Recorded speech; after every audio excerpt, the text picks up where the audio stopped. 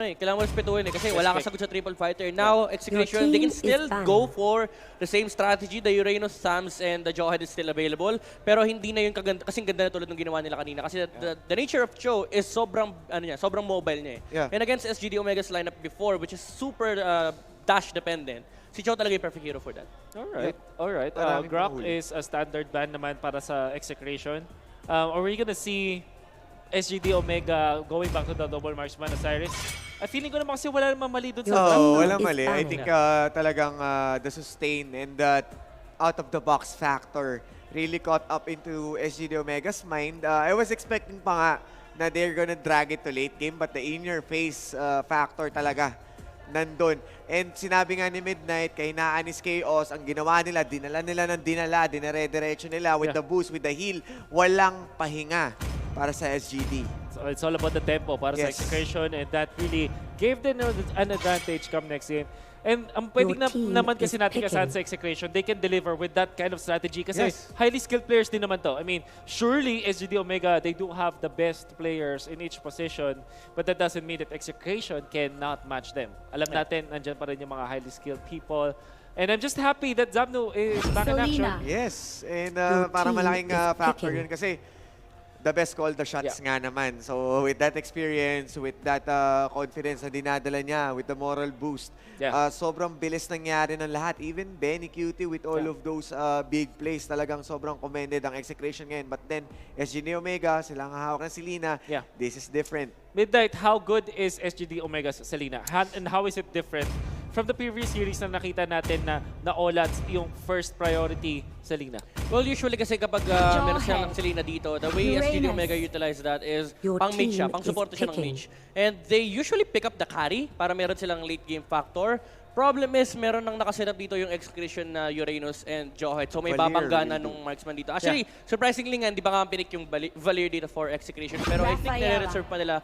And there you go, mukhang magkikimi. Actually, X4. Okay. Hindi lang ako yung Valier. So ayaw nila i-push yung fighters. Mage yung Selena. How good is this substitute? Nung sinabi natin, di nakuha ng Execration ng Cho, but they will still get Jawhead. And I can fairly remember Execration na gumagamit ng Jawhead kahit sa support, kahit even in the previous season, Syre can play this as well. Maganda bang substitute to dun sa Cho na nawala sa kanila? Well, it's a nice substitute pero it's not the same archetype as Cho. Talagang hindi mo mapapalitan si Cho. Pero with the current lineup of SGD Omega right now, meron silang export, may true damage on these two heroes, kay Uranus and kay Jawhead. I don't think it's gonna be enough for Execution this time around. How about yung Rafaela export? Do we like this mula sa SGD Omega, Saris? Okay naman siya in terms of SGD Omega since kailangan, I think gusto nila i-match yung shields and sustain na meron ng Uranus and Jawhead. So prolonged team fight, they kind of need that, especially pag nawala yung Firago armor na export, dun siya mawawalan gaano ng capability. So it adds up to the sustain, and I'm really loving the ban ng Omega dito. Very specific na ban laban sa Execration. Well, we know naman na if you're a team na gusto mag-late game, you don't want to be facing up against that specific hero. And knowing SGD Omega, hindi sila takot na mag-late game. This should be a Kimi for Execration. Kung gusto nila banggain yung timing ng SGD Omega, there's no Kimi potential anymore. Pero sa kanila, sobrang ganda ng Kimi. I think what they lack right now is possibly the Nana. So baka mauna yun bago mag-Kimi. Yep, pero talagang gusto nilang i-target si Toshi this time sa draft. Removing the carry and Execration. Papakitaan niya how well. Papakitaan ng Execration. Okay, sige, nag-Rafaela kayo. Kami talaga marunong mag-counter niyan. Ganito kasi, mag-back siya. Mind you, pinik nila yung Basha into the X-Borg, which is unnatural kasi counter si X-Borg kay Basha. Zask. They did consider, okay, Lolita. Yes, that's good. I think mas okay. Then first Bruno is there. At bang din. Sino ang mas malupo? Sino ang mas matinding marksman? Ito ba o yung kanina? Feeling ko ito eh. Feeling ko yung kanina eh, kasi mas malakas mag-Selena yun eh. Ito kasi, ito yata wala masyadong farm. Oo, hindi nag-farm yan eh. Parang ito kulang eh. Palaban no? Palaban. Lagi nasa harap ng araw, parang ito yung nabaog na marksman eh. Parang ganun eh. Parang Medyo tagutom, kinulang ko. Kinulang. Nagawa ng mga buff. Tsaka kailangan dalawa pa para tumama. Yung kanina isa lang eh. Ito, Granger. Okay. Anyway, kidding aside, let's go back. This is Lunox for Execration. I guess one of the signature heroes of Hate back then, before. I'm not exactly sure kung saan mapupunta ang ating Granger, knowing that Zapno will be playing the Uranus. So we don't exactly know how. Ang napansin ko dito sa side ng Execration, by the way, big shoutout to Coach Ducky. Napansin ko sa Execration dito, parang nag-out of the box tayo sa previous game. What if, let's go back to our roots from game number 2. This is very MPL Standard. Season 3, Season 4 composition. Never one-size-fits-all composition para sa Execration. Do we like this? Sa tingin nyo ba? Sino ang mananalo dito? Maybe I'll want to go for Execration this time. Bandwagon. Yeah, I'm riding the bandwagon. This Yeah. is Lunox. And nakita natin ang Granger. At feeling ko kasi nakita ko yung dalawang may picture na may baril. Kaya sige. baka bumaligaw sa Granger. So, I don't know. How about you guys? Ako, gusto kong SGD pa rin, pero iba talaga ang factor ng Execration ngayon. Sama bandwagon, pero maniniwala pa rin ako sa Dragons. Okay. Ako, even though they missed the last pick potential of an Esmeralda for Execration, I still believe na itong lineup to kaya i-overrun yung Selena Mage. So, Execration. Execration 2-1 this time. At isa lang ang pumanig dito sa SGD Omega. Caster's Curse nga ba ang mangyayari? Panelist Curse. We'll see kung may curse din ang mga casters natin na mukhang baril na. Babalik na natin ngayon sa ating mga casters. Please take it away. Kaya hindi kami nipe-predict dito kasi ayaw namin nung sumpa. Maraming salamat, panel. And kay Manjin, kapag nag-away na naman kayo nito, ewan ko na naman, hindi ko na kayo sasaluin. Pag ako talaga naging audience.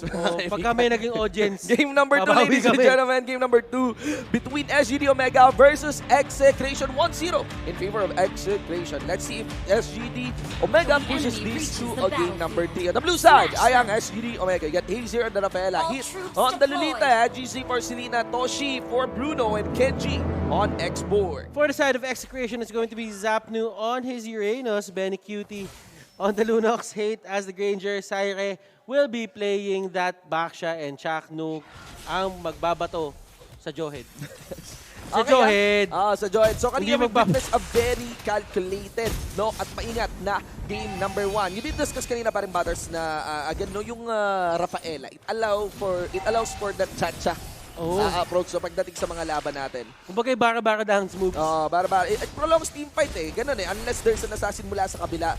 Pero ayun, we still have the same hero in the hands of Zapnu. We do understand boom! First blood, ladies and gentlemen, on Zapnu. May okay pa. Nakasama ngayon dito yung main tank ng Execration. Nice catch there, no? Medyo may konting parang nagkainitan si Kenji. Pwede naman umalis si Kenji. Pwede umalis si Kenji doon, but he stayed and nasaktan siya. Hindi na naman hugot yun. Hindi ko alam kung bakit. Pero talaga parang may overstaying doon. May overstaying doon, yes. And the thing about it is, if Zapnu will lane smartly against si Kenji, he can actually stop Kenji from getting the levels and the gold. Pero lumagpas na tayo medyo dito. And lamang pa rin naman si Zapnu kahit paano. Oo, lamang pa naman kahit paano. And I think na hindi pa ganun ka-conclusive yung ganung klaseng pick-off din against Kenji. Actually, what we want to wait out is the first skirmish siguro dito. No? Yes. Yeah, we get 70 seconds bago naman. Naku, si Hayes nahuli. Huli si paring Hayes, mga kaibigan. Na actually, si Saire ang nataya dito. At in-ejectoring, mga kaibigan, Toshi na naman. This time, si Chaknu trumabaho sa kanya. Kanina pa nahuli itong batang to. Kanina pa nayayaya sa labas. You got Chaknu into the front line, zoning out HGC, and Hayes hits his Mamba out. And that leaves Exit to take this grab. And looking at the pacing ng laro natin ngayon, it's too early to say pero ako nararamdaman ko na ngayon, ito yung magiging tema ng MPL-PH-ph. Ano? Mga kontrapelo. Kontrapelo. Malakas ka sa ganitong team pero mahina ka sa ganitong team. Tapos yung isang kabilang team, malakas sila dun sa kahinaan mo pero mas malakas ka dun sa something nila. Kryptonite. Kryptonite. Parang mala Kryptonite, no? Kumbaga, kahinaan. A beats B beats C. Well, let's see here. Again, I think inconclusive pa naman yun. Although, guys, take note lang po yung gold lead na hawak na dito ng Execution. Ibiro yan, 1,000 seating at the 2-minute mark. Now, onto the bottom lane, Kenji. Actually, sinugod dito ng Lunox natin. Pero hold that thought, Saire also taking attention dito ng mga membro ng SG. Then there we go. We did so. Kenji gonna be going down. That is back in, I think, by Benny Cutie. Haji throwing out an abyssal arrow. Hindi sila makahanap ng pwesto dito. And as the meta progresses, as the MPL Season 5 progresses sa regular season niya, mas umuunti yung tumatamang pana dito. Parang lahat nakakapag-adapt dun sa pressure na binabato na si Selena. Kasi parang laging nandiyan yung Selena eh. Hindi mo na siya matanggal eh. Ay talagang di matatanggal yan si Selena, men. Oo. Di talaga maaalis sa lineup natin yan. Okay, we got here, Zaire. Of course, just gonna be having his turret destroyed as he look onto it. Meanwhile, that leaves Execration though to trade the top lane outer turret sa isang turtle. Sa unang turtle ng ating laro. Yan naman, iniilawan na naman si Sapno dito. Pailaw na naman eh, no? Steady lang. Cyrus sa Gedli. O, di ba? 2-point front, no? Sa pagsugod dito ng dalawang main tank. Aba, sumantel mo, palapit si Benny Cutie. Sa Gedli naman siya, ang tapang na tao. Kinounter si Benny Cutie dito, pero hindi na mahalaga yun. That's gonna be the Granger clearing up. Hate gets his kill. Chakno! 2-4-2, ladies and gentlemen. And now the fight, will it be held? Ito na, nag-aabang. Nagbabato. Lumabas. Promo time! Oh! Mahina magbato. Bumagal yung kamay. Oh, mahina. Bumagal yung kamay, kaka-TikTok. Let's see here. Syra gonna be receiving that arrow once more into the trap, but he has enough durability to withstand the damage of GC. Chakno on the other. Yun lang, yung threat ni Chakno lang na nakababa yung kamay niya, ready for an ejector. It is the pressure, feeling blessed. Never stressed. Never stressed. 2-5 para sa laro natin. And again, this is different mula dun sa game number 1 natin. Although, parang Execration nakuha yung confidence game nila. Alam mo, nakakatawa talaga Execration, no? I mean, sorry magbabanggit ako ng ibang team dito. Pag fan ka ng Execration, parang they remind me a lot of Counter Logic Gaming. Alam mo yun? Okay.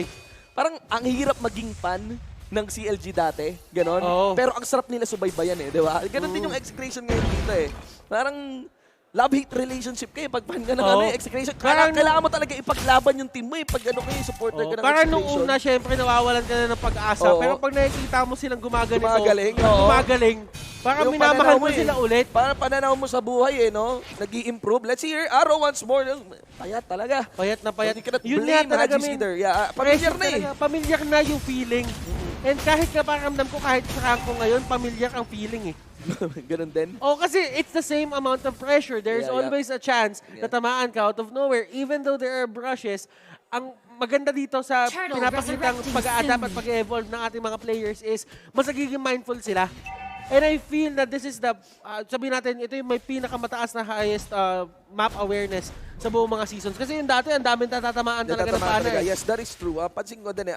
I don't think nag-miss out lang ng basta-basta si AGC dito. I think talaga yung familiarity ng mga tao playing with Selena.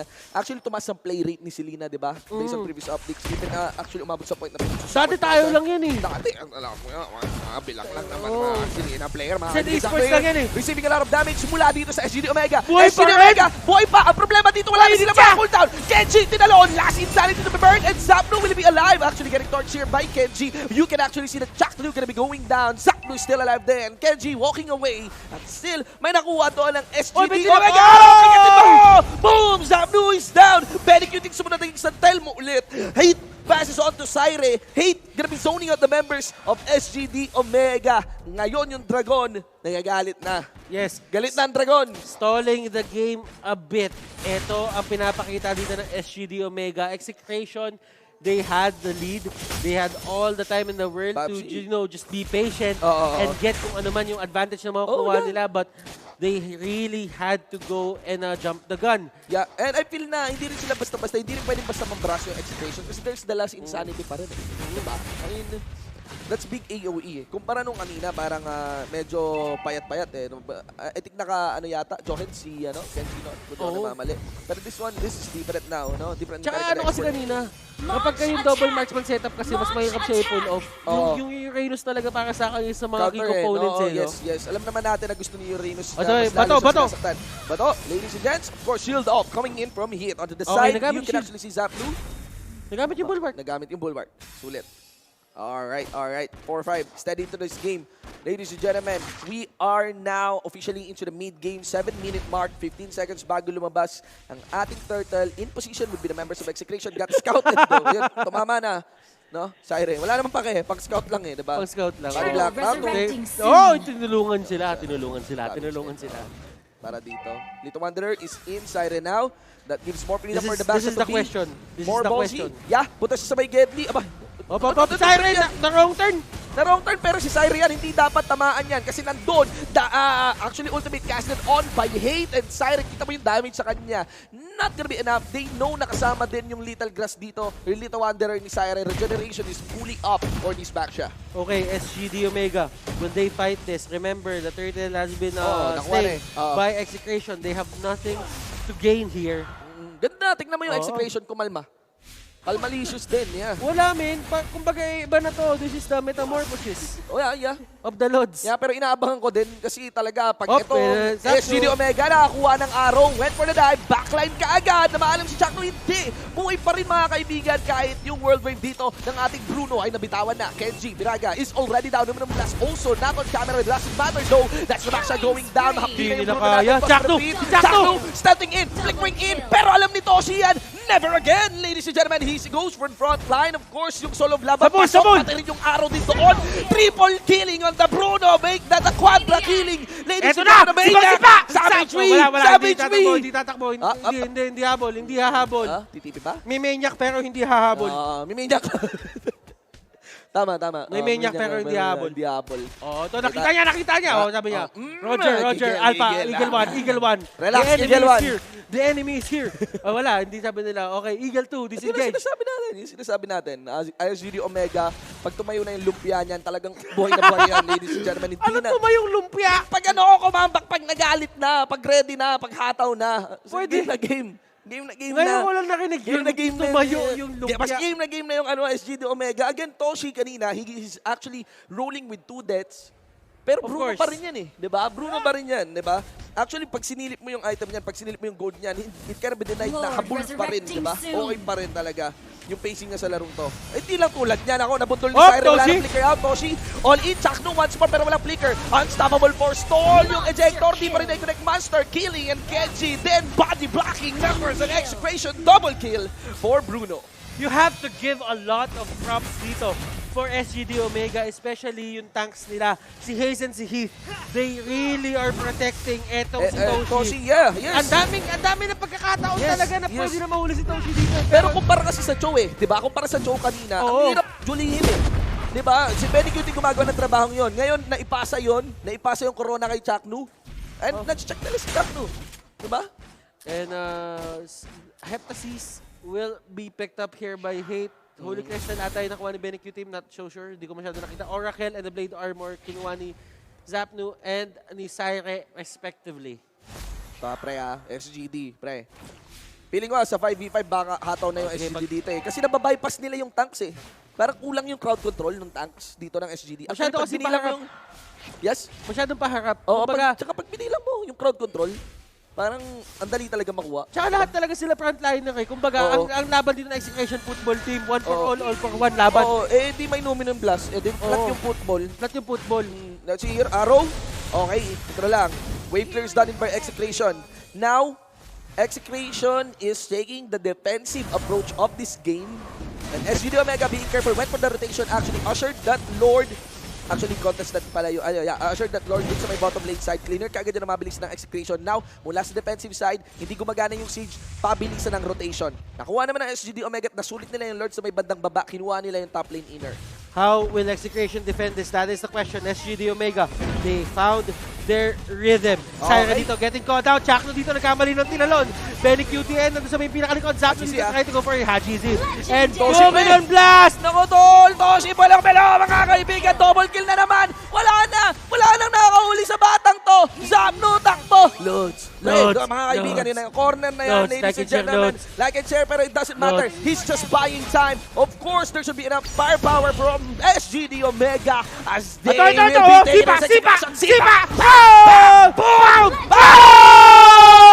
Toshi, ladies and gentlemen! And that's a scale that Bruno Wipeout is delivered against Execration dito.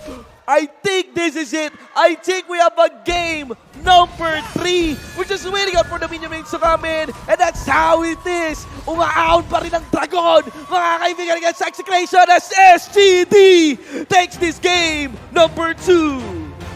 Hindi soccer, hindi football ang laro ng Bruno ni Toshi doon. Sepak takraw. Winasak ang buka nung lahat. And What a way Highlights to end yun. that game. Highlights yun. Highlights yun. Isipin mo si Saire, humarap ng humarap. Ayun, pinagsisipa. Pinagsisipa ni Bruno. And that's a game na lamang ang Execration sa simula. They went in really confident. That's a game na kung saan si Toshi naranasan ma-0-2. Diba? Ibang klase. Oo. Ibang klase. Ganda. When we love into game number 3, no? Piling ko konting pahinga talaga sa mga teams natin kasi, man, ganda ng huling magiging laban natin for this week. Ang tanong, are we going to see the end of the streak netong SGD Let's see. or Execration, or will SGD really have the upper hand dito sa mga laban na to and become the super team that they are? Pasa natin sa mga panelists, kayo na bahala. Grabe. The Toshi game that we saw. But of course, SGD Omega overall effort, napakagandang recovery over Execration, snatching game 2 of this best of 3 series. At syempre, dahil dyan, hindi pa tayo papatulogin na maaga ng SGD Omega. On Sunday night, we are heading to game 3 back here at the panel. My name is Wolf. Kasama ko syempre si Stars at Midnight. You know what? We did say na SGD Omega might lose this game. And it looked like Execration is winning it. Yeah. Saan nangyari? Ano nangyaring change? We will see the highlights for sure, but when did it all turn around para sa SGD Omega?